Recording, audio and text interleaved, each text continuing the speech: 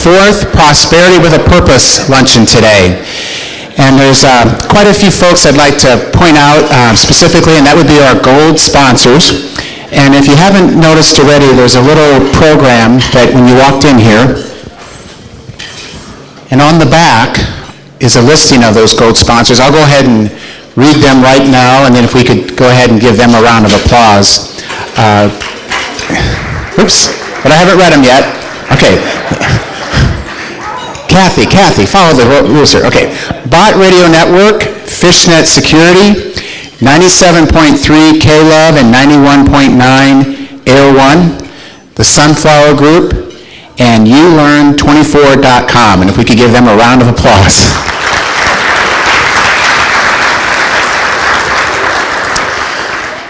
Also, if all the board members for the Integrity Resource Center and anybody that helped with this luncheon, if you could all stand right now and if we could all give them a nice round of applause, please stand.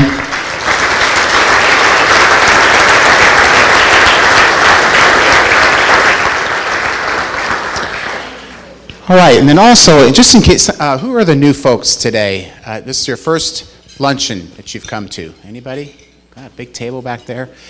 Okay, so a lot of new folks. Some of you are wondering, what exactly is Integrity Resource Center?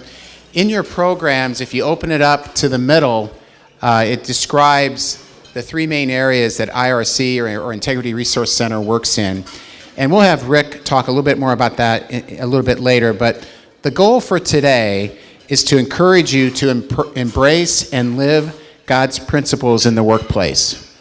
Oftentimes, it's easy for us to kind of compartmentalize those things, to be in church on Sunday and then not necessarily be the same person Monday through Friday. So just where we can have more of a consistency in our lives. And that's really the goal of Integrity Resource Center. You'll have an opportunity, if you haven't already, to drop your cards. We're going to do a raffle at the end. And I don't know where it's right up here, actually. So if anybody didn't get a chance to put a card in, you still can.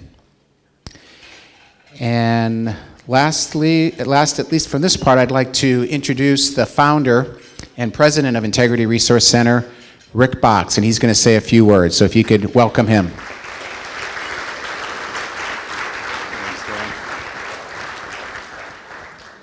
Well, good afternoon, everyone, and thank you so much for being here. We are just so grateful for all of you, and I know they're still serving meals, so please don't worry about the noise. Just continue to eat and enjoy your lunch.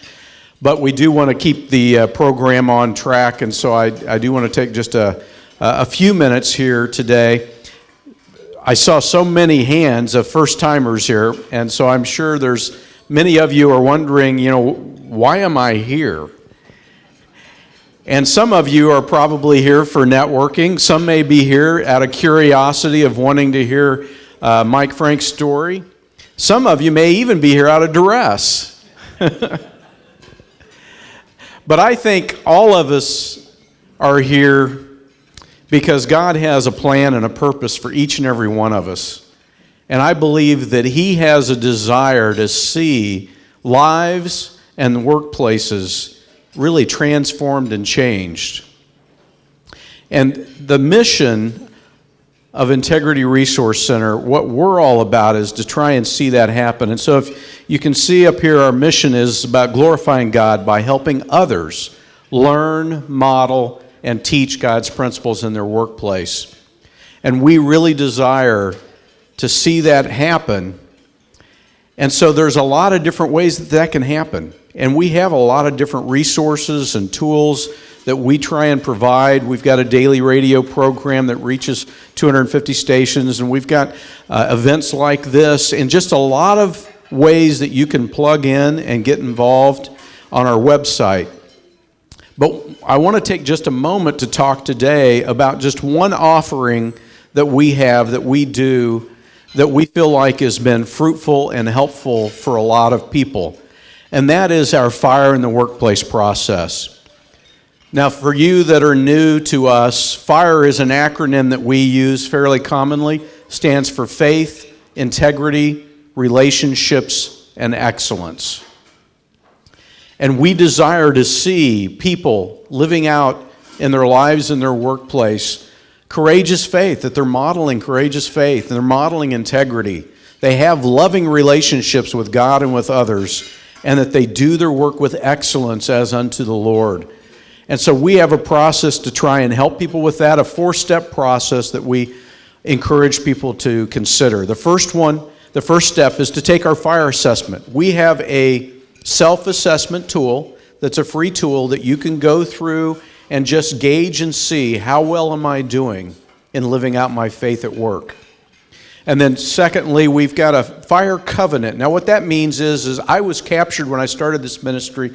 My heart was captured by the book of Nehemiah, where people had a life change and they lined up to sign a covenant with God that they were going to do business differently. And so we have an opportunity for people to make that covenant commitment with God that we call a fire covenant. But once people make that commitment, they also need to know and understand, how do I live this stuff out? What are the practical issues and challenges that I need to consider? And so we have a Fire in the Workplace course. We have an online 6-session course that you can go on and take that will help you through some of this. But also at the first of the year, we will be rolling out a more traditional Fire in the Workplace Bible study so that others can facilitate that in their church, their workplace, or wherever they feel so led. Now, I just want to share a brief story that just happened yesterday about the importance of this Fire in the Workplace process. Yesterday, I had a phone call from a chiropractor in Arizona, and he had stumbled into our website, saw the fire assessment, and he just jumped both feet in. He said, Rick, I took your fire assessment, and once I saw my results, as a Christian in business, I was very disappointed in myself. He said my scores were much below the average scores of most people. So he said I needed to go further. So I signed your covenant. I made that commitment that I want to do better in my business. And then I went online and I did your entire course in one night. I mean, that's somebody really committed. He said, I just was all in. I just went all the way through the course. He said, but what I realized was I have a void in my life of the character that I need in order to truly live this stuff out in the way that you're talking about. I need some help, and that's why I'm calling today. And so I had an opportunity to counsel with him and to spend some time helping him dig into what are the issues. And we desire people like him as they've gone through this process, as they get the light bulb to go on, that we desire them to learn and go through this. And then ultimately, we would like them to become what we call a fire coach, kind of a train the trainer sort of approach, that then they might actually take a group of people through a study, that they might actually consider mentoring others and just being engaged in that way. So that's kind of the process that we have in that Fire in the Workplace process. Now, one last thing I want to share with you about this process is we're all about stories and people learning from stories of what God is doing in and through their lives. And so we host a Fire in the Workplace banquet. And if you remember to mark your calendar, and there's some material in your program about it, but on March 7th of next year, we will have a banquet that you will get an opportunity to hear about stories of what God is doing through the lives of people right here in the lives of people in Kansas City, in and through the workplaces that are represented. But we need your help to do that. We need stories. We have a team of people that have volunteered, that they're willing to go out and kind of be reporters and dig up the facts of the stories. But what we need from you is, you all know people that have been models in your life, people that are living out courageous faith. Maybe they've done something that just really wowed you, or people with integrity at such a high level that you want others to hear their story. Or maybe God has done something through your life that the story really needs to be told. And we want you not to have false humility. We want you to realize that there is a reason that God needs to get the glory for what He's doing through your life.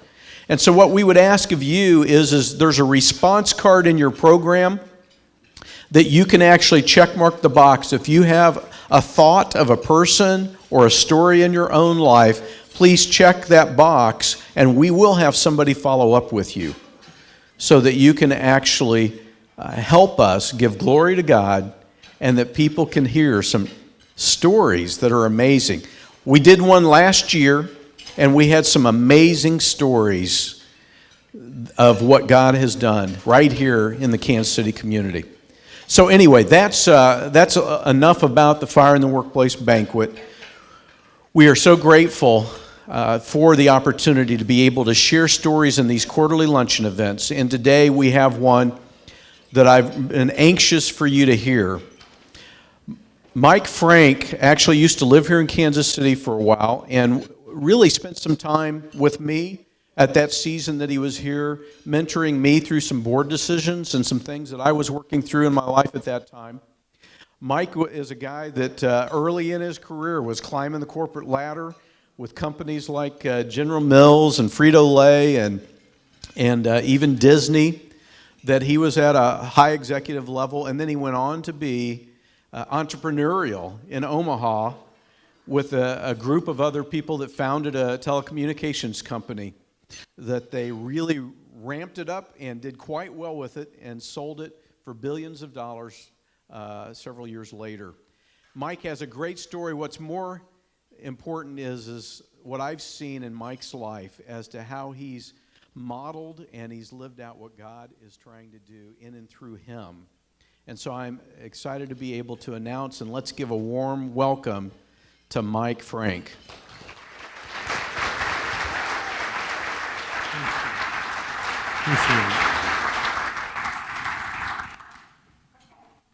Wow, it's fun to be here. It's fun to be back in Kansas City. I know a lot of faces out there too. That warms my heart that you guys would come out here, a few of you to see me. Just by way of hands, how many people, because I didn't get to meet everybody as you were coming in. Is there anybody in the room that we've had an encounter here in Kansas City besides a few guys up front here? Just a few? All right, great. Well, thank you for coming. And let me tell you guys a little bit about myself beyond what you heard from that bio. That bio makes me sound like I can't hold the job, though, doesn't it? All those different companies. Or maybe God had a different purpose, and I was used in some different ways in some of those different companies. And I'm going to share that today with you, if that's okay. So, I grew up near Omaha, Nebraska. I went to school there and met my wife there. We got married there. And my wife and I have been married 35 years, just this past summer. And, you know, I do have a book out, and it's called Prosperity with Purpose. And that is probably the area that I consider myself to be the most prosperous in, is my marriage and my family relationship, and not so much about the money.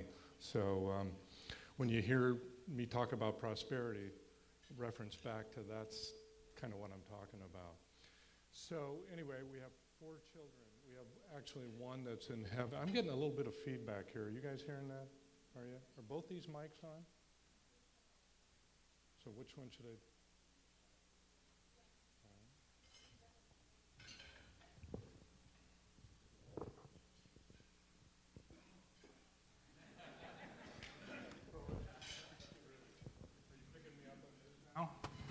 Is that live?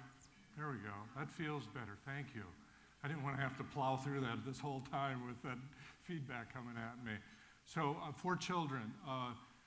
One that actually lives here in Kansas City, and then I've got one that's in heaven, which is part of my story that I'm going to share in a little while. And we now live in Northern California. I've spent most of my adult life in California, but came back to the Midwest to do a few things like this telecommunication company. Grew up in a Catholic family, very strong tradition, but kind of left following the Lord during the college years and young adult years, and didn't get reacquainted and recommit my life to the Lord until I was 38 years old. I was already an officer and a vice president at PepsiCo at that point in time, and it was a pretty important part of my life, and so most of what I share in that book is from that point on, from when Jesus entered into my life and how it changed my life. So I'm not going to tell all my stories today.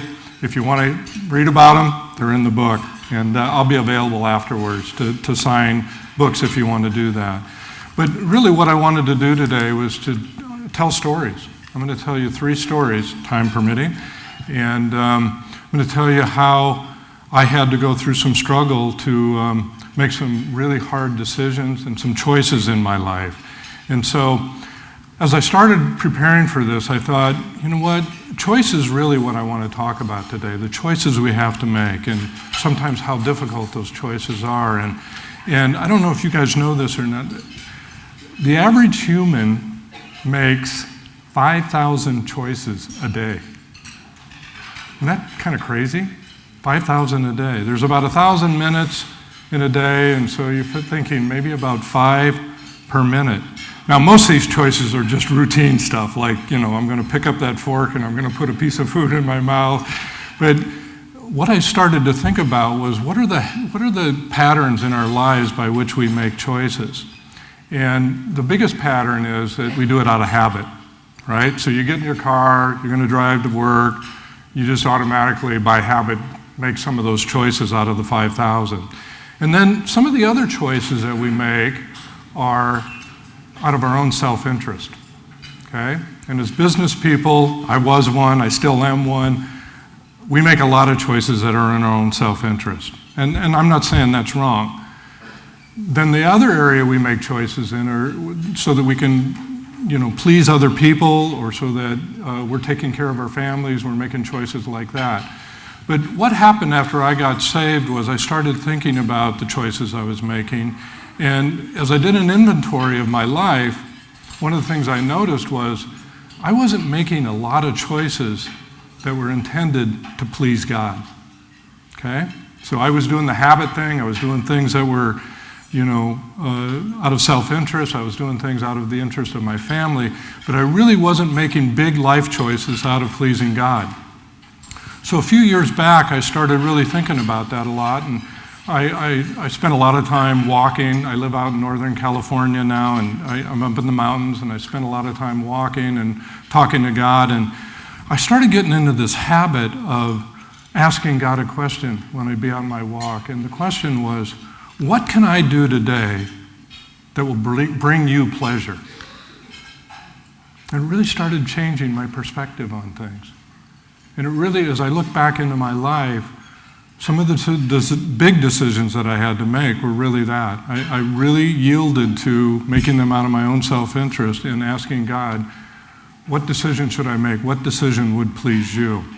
And it's an important question that I think we all need to ask ourselves. So now, as I thought about choices even further, I thought, you know what, there's a real strong relationship here between the choices we make and the fears that are in our lives. So fear is something that's hugely driving a lot of our decisions. But I'm not going to be able to take a lot of time today to talk about fear, but it's something that I want to leave you guys with, is that as you think about choices, you really got to ask yourself, am I making this choice out of fear? And if it's being driven out of fear, here's what I can tell you out from my own life, is that most of those choices that are made out of fear rarely turn out to be good choices. Okay? So let me share the stories that I wanted to share with you. So the first story is this. I had left PepsiCo. I was a senior vice president and officer of PepsiCo, and they had moved me all around the United States, and I had ended up in Los Angeles. I was a senior officer at Taco Bell, which is one of the companies Pepsi owned. Well, I left there because I thought I had this great opportunity, and I was going to go to work for the company I'd always wanted to go to work for, and that was the Walt Disney Company in Hollywood. So they recruited me. I said, yes, I'm going. So I'm in Hollywood. I'm a vice president and officer of the company, going to all the premieres of all the new movies, hanging out eating in the executive dining room with movie stars, and it was pretty heady stuff. I mean, it was, and it was kind of what I thought was the fulfillment of my dreams, right? One of the most creative planets on the company. I was being groomed to be one of the top guys within Disney in my field. And so it looked from the outside like, wow, you've attained where you wanted to get to. But what ended up happening was, it was right before that I got saved. So I remember I got saved at about 38 years old. So God started entering into my life more and more. So this was back in the early 90s. And I got invited, I was attending a church, I got invited by a group of men to go to a Promise Keeper event in Anaheim Stadium where the Angels play. I think it was like 92 or 93. Anybody in the room, every once in a while I run into somebody in the room who was at that event. Were you? You think you might have been there? So Coach McCartney was still very active in the Promise Keeper movement at that point in time. He spoke that night, and he got asked the question a lot, why did you leave the University of Colorado as the football coach to do this Promise Keeper thing? And he told a story about he got challenged one time by a visiting pastor, and the challenge was to the men. He said, whose dreams are you living? Yours or your spouse's? And the second question was, do you even know what your spouse's dreams are? And when Coach was saying that in that auditorium or in that arena, it was like God was using the coach to talk to me. Because I had dragged my wife, if you remember all the places I worked, she had faithfully followed and dragged around. I had dragged her around with me. She had to start over every time. So I'm sitting there in this stadium and I'm under such conviction, and I'm thinking, this is not good. This is not good, because I think I'm supposed to ask my wife that question. So I go home. I'm kind of looking at my wife, because one of the other things he said was, you'll know whose dreams you've been living by her countenance. And I didn't know what countenance meant, so I didn't know for sure what I was looking for. But I'm looking at her, she goes, what are you doing? I said, well, I relayed the story to her, and then I asked her the question, and I said, what are your dreams? I said, I really want to know. And she kind of looked at me like, are you sure? She said, I've been trying to tell you what my dreams are for a long time, and I don't think you've been listening. So right away I'm thinking, I'm getting in pretty deep here. So anyway, I do. I said, yeah, I really want to hear what your dreams are. So her dream was, well, I would love to move back to Omaha, Nebraska, which is where she's from, so she could be near her parents. They needed her for some care. And I'd like to have more babies. And we have 2 teenagers at this point. And I'm 43 years old or something. No, 42 years old, I think I am at that point. And I'm like, oh, okay, so you want me to leave Walt Disney Company and find a job in Omaha, Nebraska. I know what's in Omaha. I don't think there's anything even comparable to Walt Disney here. And I'm like, oh gosh, this is really not good, because now she's going to think I really don't care about her dreams, because how am I going to fulfill that? And I'm making decent money, and I've got stock, and I'm traveling around first class and, having fun. And so I in my quiet time with the Lord, I just said, God, if this is going to happen, you're going to have to help make it happen. So I pray that prayer, and a few days later, I get a phone call. And I answer the phone, and the guy goes, he's a headhunter from New York, and somebody I'd used at Disney to help me fill jobs and stuff. And he goes, Mike, he said, aren't you from the Midwest someplace? And I go, yeah. And he goes, well, there's this startup telecommunications company in Omaha, Nebraska that I think you'd be perfect for. And I'm like, is this you, God? And make a long story short, I did when I announced that I was going to leave Walt Disney and take a job with a startup telecommunications company, all my fears came back to me, because I was committing career suicide. I was trading in a blue chip kind of a resume for a startup in telecommunications that we had no idea whether or not it was ever going to work or not, right? And so these fears started creeping in, and one of the fears that I really felt strongly at that point in time was, I'll never get this opportunity again. If I stay with Walt Disney, I know where I'm going. I know what my plan is. I know what my expectations are for my life. I'm walking away from that. So it really became a moment of trust for me in terms of, do I trust what God's going to do? And this is when this scripture came into my head. And the scripture that came into my head at that point was Proverbs 3, 5, and 6. It says, trust in the Lord with all your heart. Do not depend on your own understanding. You guys know this verse. Seek his will in all you do, and he will show you the path to take. Right? So trust not in your own understanding. So that became real to me at that moment. That scripture did. I couldn't trust in my own understanding. I had to trust in him. And was he really going to show me which path to take? So I hung on to that verse, and that's a decision that I make. So it all stemmed out of, okay, I'm not going to please myself in this situation. I'm partially pleasing my wife in this situation, but I'm really trusting you, God. I'm trying to please you in this whole thing because I think you've got something for me. Because one of the other things that I've learned along the way is that God always has a plan for our lives, and guess what? You're going to hear my other two stories. His plan is always better than my plan, okay? And you got to really believe that, or you aren't going to be able to make these scary decisions that you got to make. If you don't believe his plan is better than your plan, you're probably not going to take the leap, okay? So long story short, what happened there was I joined this telecommunications company. It was 1994. Now, we had some financial backing. I worked 2 floors below Warren Buffett. So we had a little backing behind us. We built this company up. It was a company named MFS Communication. Most of you will remember back when you had to make a decision about which long-distance company you wanted and which local provider you were. Well, you didn't have a choice on the local provider.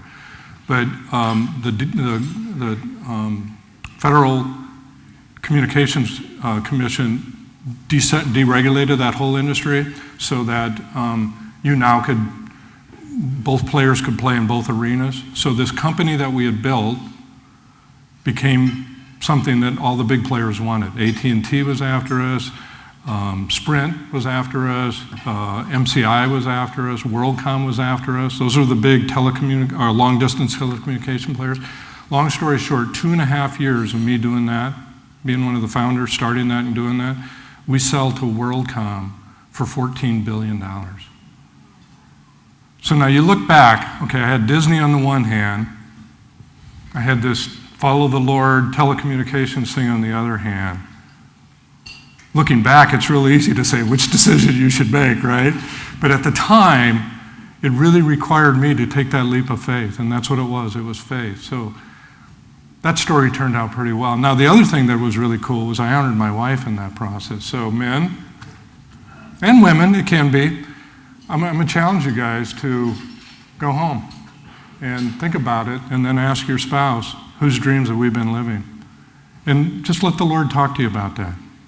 I get a lot of feedback from when I speak in different places about guys coming back to me or writing me and saying, wow, I opened up a can of worms. That was the most dangerous question I could have asked my wife. But it was an important question because it changed the trajectory for the rest of their lives in some cases. So I'm going to challenge you guys to do the same thing. Okay? You with me on that? Seeing a few guys shake their head. All right, so the second story I want to share with you happened actually at WorldCom. So WorldCom buys us, and they wanted 2 people from our senior team, and I was one of the 2. They wanted me to help transition one company into the other company. And so I agreed to do that. At the beginning of the year, it was January, and I agreed to do that. And in exchange for, I would do it for a year, but I was going to get this restricted stock. It was about $2 million worth of restricted stock if I did my job well. Restricted stock just meant it was mine. I just had to fulfill the obligations of it. It didn't have a vesting or anything else on it. So anyway, I agreed to do it. So about May, they invited me to go down to Jackson, Mississippi, which is where they're at. Well, I was there a lot, but they invited me down there to be part of a board meeting that was going on. I wasn't on the board, but several of our former board members from MFS were on that board. So we have a board dinner that night, and the CFO, a guy named Scott Sullivan, you may remember, these WorldCom guys are in jail now, so they became pretty famous in a bad way. Scott Sullivan, who was the CFO of that company, pulled me aside and he said, Mike, can you hang out for a little while right after dinner? There's something I want to ask you. So I said, yeah, sure. So I stuck around. He asked me to do something the next day in the board meeting. He asked me to make a couple of statements that were just flat out untrue and that had significant financial benefit to the WorldCom executives and not for the share, not in the shareholders' interest. It was unethical. It was a lie. And I said, Scott, what are you really asking me to do here? You're asking me to, say something that isn't true. I said, I'm going to think about it tonight, but the best I know I will do is keep my mouth shut. I won't say anything positive. So I go back to my hotel. I talk to my wife, and I say, well, here's what's at stake. I said, if I don't do this, they're going to yank the $2 million restricted stock because they're going to terminate me immediately if I don't do this. So she said, what's the choice? You're not going to do it. So I'm thinking, okay, but yeah, $2 million. Isn't there some way I can wiggle around this thing? And I prayed about it, and again, I asked the Lord. I said, what's going to please you in this whole thing? And he said, you got to do the right thing. Are you going to trust me on this? Do you think I got a better plan than your plan? So, long story short, I go in the next morning. I tell Scott, I said, I'm not going to do it. So they tried to do it in the board meeting. It blew up. It was because I had informed our board members, the guys that were part of MFS that are now on the WorldCom board. I had told those guys that morning, here's what they're going to try to do. So they were prepared. They stopped it. Everything blew up. Within a few days, your services are no longer needed. So I'm thinking that's the end of that. And I'm just going to live with it and trust the Lord, see where this turns up. And several weeks go by, I get a call from the co-chairman of WorldCom. And he says, Mike, I understand what happened. And he said, we're going to honor the stock. So I got the stock, and I only had to work there 5 months. So how's that for God's plan, right? I mean, I got to tell you, God is so good. When he did that, my wife and I we celebrated so much because, not so much for the money, but just that what he says is true. And you can count on that. But your motives have to be right. And for me, it was I had to stop living out of my own self-interest and actually do the things that were pleasing to him. So that was a really important time for me. And, it just really drove home those ideas that his plan is always better than my plan. So the third story I'm going to tell you is, it's got a little heartbreak in it. And in the book, I talk a lot about what this was all about. But so after we had moved to Omaha, my wife was with her mom and dad, and was able to care for them. They ended up being in a head-on collision, and her dad was killed, and her mom died shortly after that. So it was pretty tragic. So it was very important she was there for that season. But we did have a son. He's now 16 years old and 6'2" and 220 and, just a football player kind of a guy. And but we had a second baby, our daughter Alexis, and she was born in 1997, and she had some health issues. She had what's called trisomy 13, which is a chromosome abnormality. And it didn't look like she was going to make it. And we were devastated. We were just heartbroken. And so they said the best she might do is live maybe a year or so. And so we took her home basically to die. And we cared for her the best we could. And she got past the 1-year mark. She had a lot of surgery, got past the 2-year mark, had a lot of surgery. A lot of life and death situations with her where she would literally stop breathing. And I'll let you read about all the details in the book, but what ended up happening was right before she was born, there were 4 of us that started a new telecommunications company called Level 3 Communications. Any of you know it in the room? We're a backbone provider for all the big telecommunication companies. So we laid the fiber, the switches, the routers.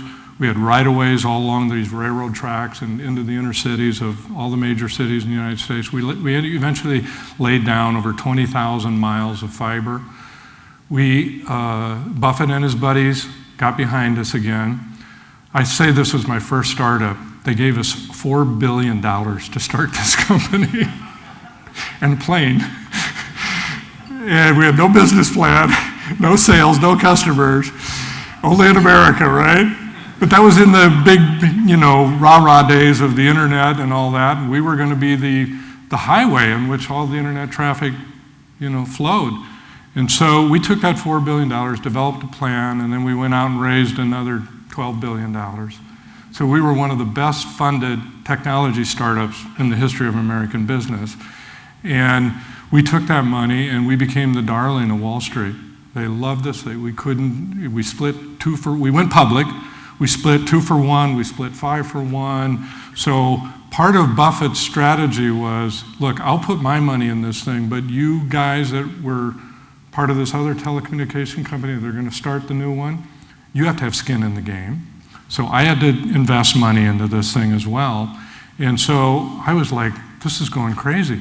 2 for 1, 5 for 1, now my investment is just, quadrupled or more overnight. And so things were going really great. And then our daughter, her health really started going south real fast. And so I had a decision to make. So we were building this company in Boulder, Colorado. My wife and my family are in Omaha. I'm in Boulder almost every day, all week, while she's taking care of a toddler and now this really broken baby. And I had a choice to make. So once again, I had to kind of come to grips with what kind of choice am I going to make? Because what was really on the table was this: my family really needed me. My wife had her hands full, our daughter was really sick, but the company really needed me as well, because I was one of the principal guys in this company, and they needed me, and I loved it, because we were changing the world. And most of the internet traffic, not most, but a large percentage of the internet traffic in the United States and in the civilized world runs on our backbone. So the largest bandwidth user in the United States is who? Anybody know? Anybody want to take a guess? No, not the government. Netflix. They stream all that video to millions and millions of homes every night. And we're their carrier. We're the provider of the bandwidth for Netflix, among others. But it turned out to be a real success story. So this company that started with a $4 billion investment turned, before the tech bubble burst, had a market value of about $130 billion. So the issue wasn't, do I need to work anymore to put food on the table? I didn't. My net worth was, way beyond anything I had ever dreamed about, but I still loved it. I really did. It was just so much fun, and we were changing the world, and I was doing a job that I absolutely loved, and I was walking strong with the Lord, but I knew there was probably something He was prompting me to do. So I put the question, said, Lord, what am I supposed to do here? And one morning, I'm sitting in the hospital with my daughter, and I'm worshiping at that point. I'm just thanking God, and I'm taking pleasure in Him, and I think He's taking pleasure in me, that I'm hanging out with Him. And I just heard Him say, not audibly, but I heard Him say kind of in my spirit, that He said, I want you to take care of your family. So I had that tough choice to make, and I did it. I left level 3. I told those guys, I can't do this anymore. I want to go on a sabbatical. Left level 3 so I could spend every day of the rest of my daughter's life with her. And I was able to do that. And so, one of the scriptures that came to mind during that season was from Psalms 37:4, and it says, delight yourself in me. You guys know this, don't you? Some of you are shaking your head. Delight yourself in me, and I will give you the desires of your heart. And that really meant something to me, because at first I didn't know what delighting in the Lord meant. And I'm not sure I still do fully. And I think it's a question we all have to ask ourselves, what does that really mean? Because we all get the second part of it, and I'll give you the desires of your heart, right? We all get that part, but what does delight in the Lord mean? And for me it was, and it still is, that I'm turning over my desires to Him. And I'm walking with Him, I'm having fun with Him, I'm having adventure with Him. And what He's done and to fulfill the second part of that is not just the desires that I would have money or that I had power or authority or any of that kind of stuff. He actually brought out the gifting that was in me. He brought out the gifting that was in me by me spending that time. And that through that gifting, He showed me what his desires were for my life. So he kind of changed the desires I had for my life, redefined them into what were the desires he had for my life. And I've been having a ball since then. Now, here's the cool part of that story, in a way. Well, let me back up. The sad part of the story, my daughter did die. And we've spent a lot of time healing. That's what brought me to Kansas City, because I needed to do some healing with my family and I. So I sat over in the prayer room over at the House of Prayer for a couple of years and just sat with the Lord and let him kind of work on my heart a little bit. But here's the crazy news about rewarding and giving me the desires of my heart. So I was no longer an insider in that company, so I could sell all my stock. So I did, almost all of it. And my other three partners were all what's considered insiders. They can't just sell their stock when they want to. They have certain windows that they can sell it in. The tech bubble burst. The stock plunges. What was trading at about $130 a share went down to $1 and change. That's how bad it was. And I'm the only guy of the four that walked out of there with any money. So part of it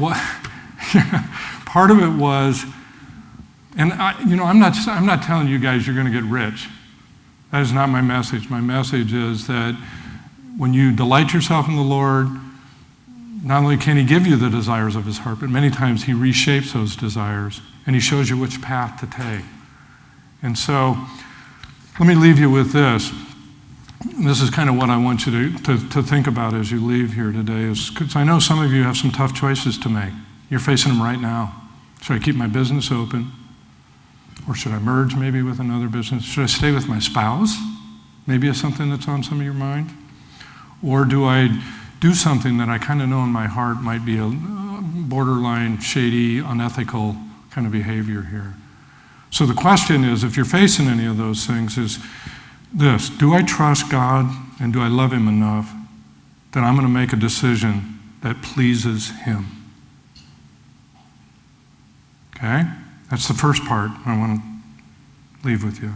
Second part is, what fears do I have about making this decision? You got to understand what's behind these decisions. What fears are driving those decisions? Are you afraid any of you guys follow Tony Robbins at all? I just heard recently that he got saved, by the way. So I'm not big on motivational guys because they somehow forget to bring God into the story. But Tony Robbins says there are two big fears that we all have. Are one is, do I have enough? Am I pretty enough? Am I rich enough? Am I smart enough?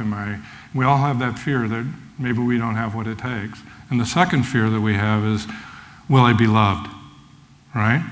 So I want you to think about, what are the fears that are behind some of the decisions that you've either made in the past, and recognize there's a pattern there, or if you've got a current decision that you're going to be making, what's driving that current decision for you? And then the third question is really a question of faith, and this is, do you believe what you say you believe? Okay? Because we all say we believe God can do the impossible. We all say he can, turn bad things into good. We all say that he'll never forsake me, but do you really, really believe, and does your action follow that? And can I trust that God has a better plan for my life, and are you going to be obedient to that? Okay, so that's my charge to you today, is think about those big decisions you've got to make sometime in the future, or if you don't have a big one right now, look into the past and just see where you're at with God in terms of making those choices. So thank you for having me today, and God bless you guys.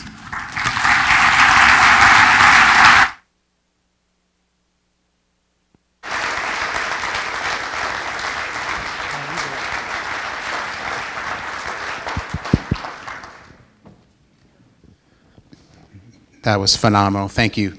I'm just going to kind of tie in a few takeaways for us, and then we're going to get into the rest of the program today. The first one is, what can I do today to bring God pleasure? I think that's a great question to ask ourselves in the morning, or maybe if you forget in the morning, in the afternoon. What can I do today to bring God pleasure? Also, I think many of the men felt challenged by asking our spouse what her dreams are. And I have also been seeing some work around that with living a life of significance, that oftentimes the first half of our lives are sometimes more about the men. The second half is more about our wives. So I thought that was really timely. Proverbs 3, 5, and 6, trust in the Lord with all your heart and lean not on your own understanding.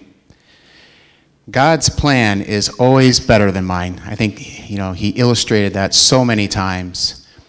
And I know some of you are going, wow, if that happened to me, I'd be a better believer. But I don't think I bet there's a lot of little decisions that he made that we didn't hear about today that led to some of these larger things. And then he also challenged us. I've never seen a podium that doesn't have a place to stop things. So anyway, hold on here. Okay, this doesn't work either. Just slides everywhere. Okay, so what we're going to do next is, well, first of all, Mike does have a book back here called Prosperity with Purpose, and it's just right back here, and I'm sure he's more than happy to sign those books for you.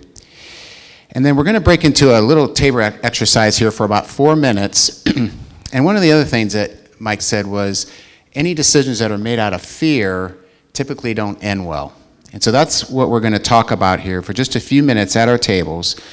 And the question is, most decisions/choices made from a place of fear usually don't pan out right, which is what he said. So as a marketplace person, what are the top 3 fears that you have faced?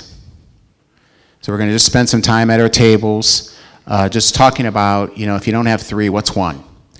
What's been a fear that you had in the marketplace? And then we'll come back and we'll wrap things up. But we're just going to do that for about 4 minutes. So maybe we'll assign a table leader. The person who has the most hair is going to be in charge. Okay, so go ahead and get to work.